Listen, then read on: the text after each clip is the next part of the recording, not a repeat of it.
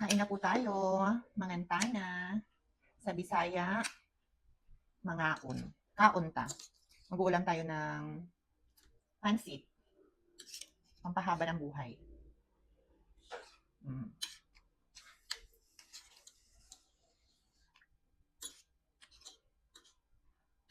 Simple lang tong pansit namin, guys.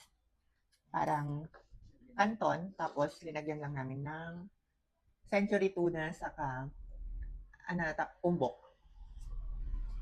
Sarap. Simpleng pansit lang. Sunday kasi, parang walang nagtitinda sa mga karinderya.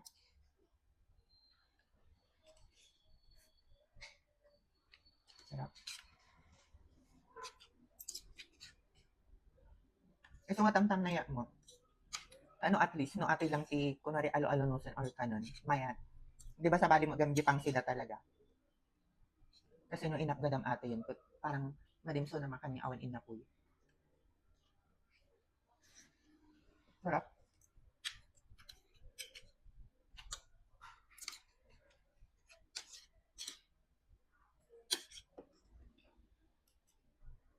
Kain po tayo.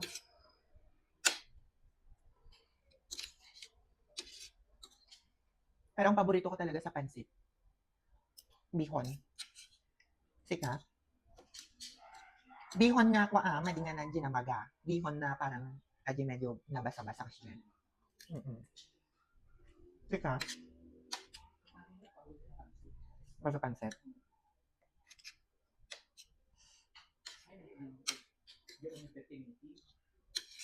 Iya. Adi di nagdadakkel na medyo apa? Kasawan ko nilasa na. Parang hindi na siya pansit. Isa siya. Mabalin siguro, no? Basit nga kasi tapos ado nga bihon. Adi nga sa panglaok-laok lang.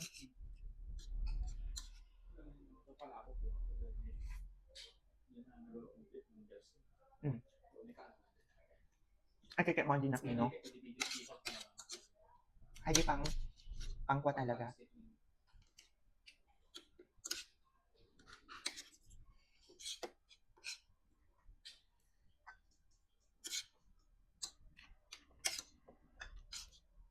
May mas malat tamlay.